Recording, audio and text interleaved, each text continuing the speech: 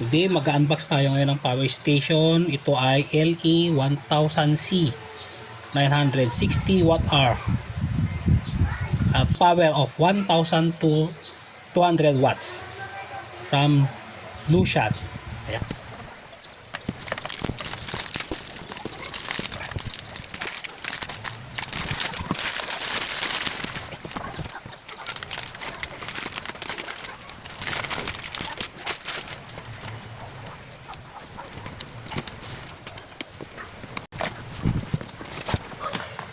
Meron siyang charger. May kasama siyang charger. Meron din siyang adapter para sa input niya. P60 ata to. X.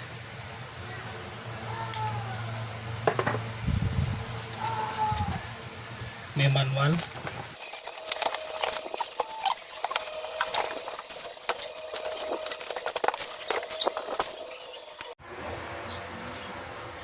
Ayan yung kanyang specification. I-press. I-testing muna natin kanyang DC out.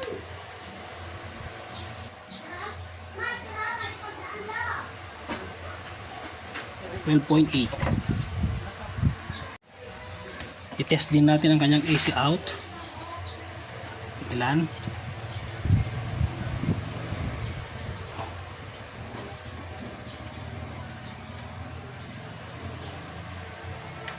Meron siyang eksakto 220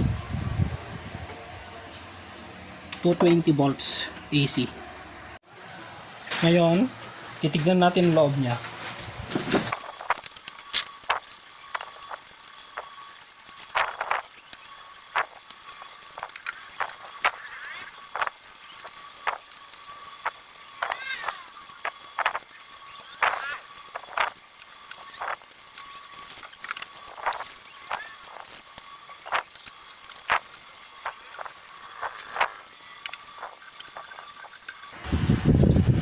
So ito yung kanyang loob.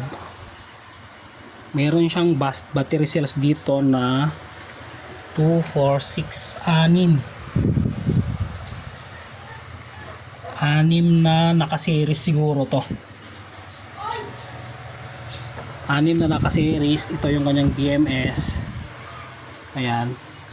Mahirap tanggalin yung wire na kasi nakasilikon eh. Papasilip ko na lang yung loob niya. Meron siyang dalawang fan dyan. Tapos very compact siya. Ito na yung kanyang buong parts. Ayan. Titest muna natin yung supply ng voltahe ng kanyang battery, kung talaga ba ito ay 19. Wala kasi ko tagahawak ng cellphone. So pagtsagaan na lang natin to, no? Ayan.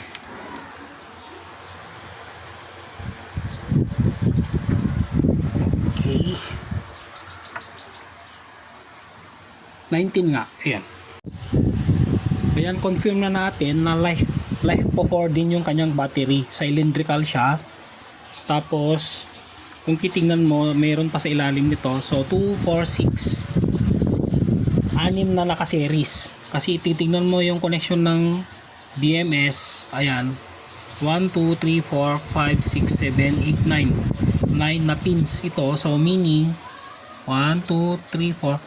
6 na series siya. Ayan. So hindi na natin kakalasin tong battery kasi na-confirm naman na natin na 19.2. Ayan, 19.2 volts yung kanyang battery.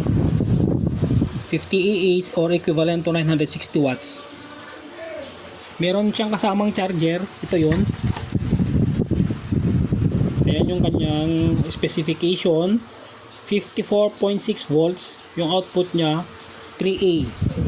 So kung i-compute natin to, around 5, 10, 15, nasa 100 50 watts. Nasa around 150 watts lang. More than. Although hindi siya gaanong kabigatan, considered naman sa kanyang price. So ang next na gagawin natin, titingnan na natin yung capacity. Ika-capacity test na natin siya kaagad. Ifo-full muna natin. I-charge ko lang saglit, then babalik tayo para makita yung kanyang capacity. Ayan, so i-charge muna natin siya. Ano? Itingnan natin kung ilan yung konsumo niya.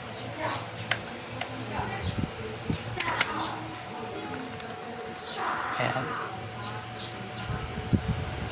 60, 170, 180 watts.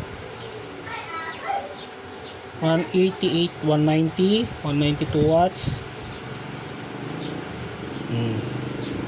Ayun. Nasa 192 watts siya. Yung konsumo niya. Ayan. 3 bars pa lang naman. Visible ba? Ayun. Balikan natin after ma-full. Pag ma-full, saka tayo ika-capacity test. Ano? Kaya napansin ko habang nag-charge, umiikot din pala yung fan dito. Umiikot na yung fan niya. Saka yung charger niya, meron din siyang fan. Ayan. Hindi lang halata pero umiikot yung fan niya. So yan, balikan natin pag na-full na. I think full na siya. Ayan. 8.2 watts na lang. So ito yung standby watts niya. And then naka-green na yung charger. Saka hindi na rin gumagalaw yung charging indicator niya. Pero umaandar pa rin yung kanyang fan. Okay. So yan, disconnect na natin at i-test na natin. Balikan natin pagkatapos natin i-test kung ilan yung watts na capacity or watt hour na capacity ng kanyang battery. Okay?